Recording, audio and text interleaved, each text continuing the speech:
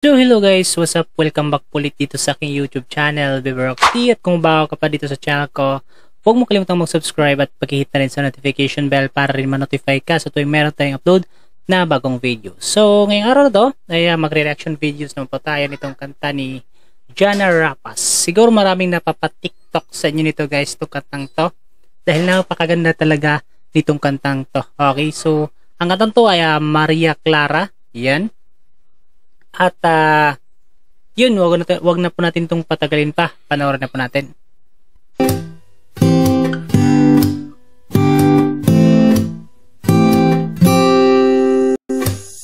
Hanggang kailan kaya ako maghihintay? Siguro yung itong kantang to, no? So ngayon ko lang to ulit, ngayon lang natin to magagawa ng explanation talaga kung ano talaga yung punto nitong kantang to. Kasi kadalasan kasi doon lang sa chorus nag-ano doon sa TikTok, no? Hanggang sa mapansin mo na ang lihim na pagsinta. Okay. So itong kantang to pala, no? Ay parang yung babae may gusto sa lalaki. Ganun. Kasi hanggang kailan kaya ako maghihintay? Hanggang kailan mapansin yung lihim na pagsinta, ganun. So, parang yung babae may gusto sa lalaki, ganun. Siguro pag ako'y maganda na, siguro pag ako'y naging siya. Diba? Siguro pag ako'y maganda na. Yung ibig niya sabihin dito, siguro mapapansin niya siya kapag siya ay maganda na, kapag katulad na siya nung gusto ng lalaki, ganun. Kung na kailangan pang magsulat nitong kanta. Diba? Hindi niya kailangan magsulat ng kanta kapag naging kasing ganda na niya yung gusto ng lalaki, ganon.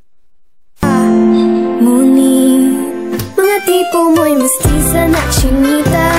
Diba? Ngunit, yung mga tipo mo'y, yung tipo pala ng lalaki, no, na gusto niya ay mestiza at chinita, ganon. Habang ako'y morenang dalagang Pilipina.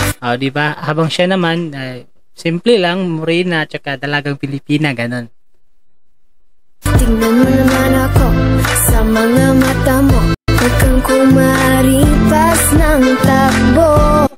Siguro nasulat niya yung kantang to ni Jana kasi siguro may gusto siyang lalaki, ganon. Tapos, kasi kapag gumawa kasi ng kanta, kapag gumagawa ka ng kanta, ganon, ay dapat may pinaghuhugutan yun. Siguro huling-huli na to natin si Jana. May gusto siyang lalaki, pero yung gusto niyang lalaki, iba yung gusto, ganon. Kaya nasulat niya yung kantang to, ganon.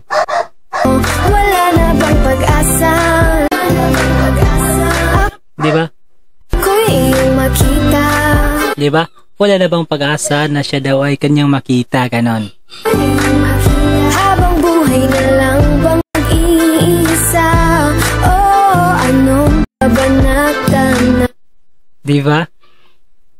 Parang gusto niya na mapansin siya ng yung lalaki, ganon. Tapos, yung lalaki, iba yung gusto. Ganda mo'y malaki, gusto mo ibara, mundo'y sadyang kahiwag. Napakaganda talagang pagkasulat nitong kantang to.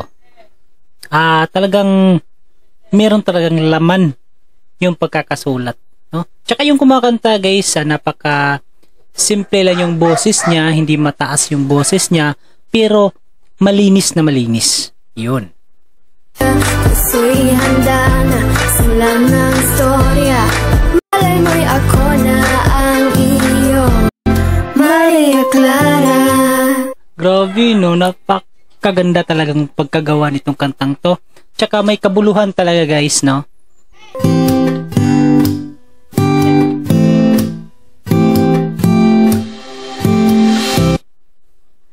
Tsaka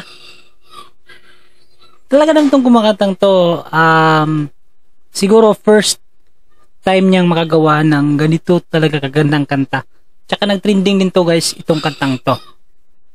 Hanggang kailan kaya ako magmumukmok?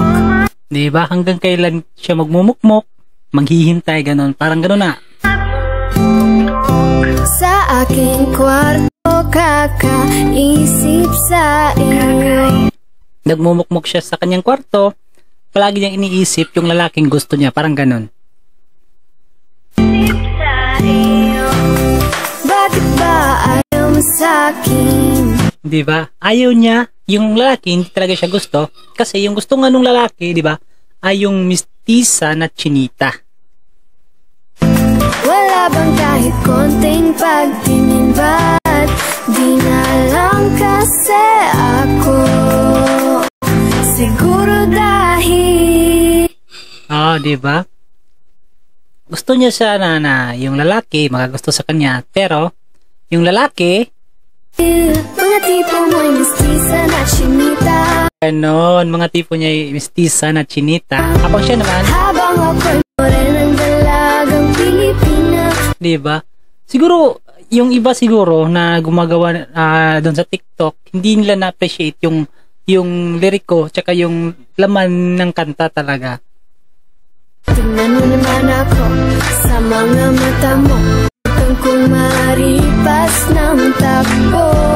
Di ba? Napakaganda talagang pagkagawa nitong kantang to, guys. Wala na bang pag-asa? Ako'y iyong makita. Grabe, napakaganda talaga. Habang buhay na lang bang mag-iisa? Huwag kang mag-alala, hindi habang buhay, nandito naman ako eh. Oh, anong kabanatan na ba? Ganda mo'y malaki sosto mo. Grabe no, ang linis ng kanyang boses. Hindi naman mataas yung boses niya, pero napakalinis talaga. Ibara, mundo'y sadyang kay hiwaga. Puso'y handa na, simula ng istorya. Grabe no, ang ganda talaga. Ang ganda ng pagkasulat, guys. Malay mo'y ako na ang iyo, Maria Clara. Grabe no, ang ganda talaga. Tsaka yung bawat linya ng kanta, talagang pag dinadama mo talaga, ay parang tumatayo yung balahibo mo dito, guys. Grabe.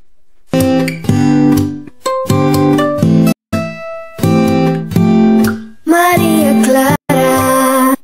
Diba? Napaka-linis talaga ng boses niya. Doon ako bumibilib dun sa kanta niya eh. Kasi bawat linya talaga, hindi naman masyadong mataas yung boses niya.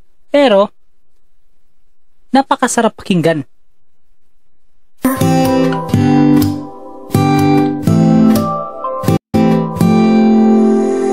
Paano na yan? Wala naman tayo sa Nolimitang here. Ayan, diba? Tsaka, ang kagandahan nito guys is parang bumabalik sa nakaraang panahon. Napakaganda talaga ng pagkasulat nitong kantang to.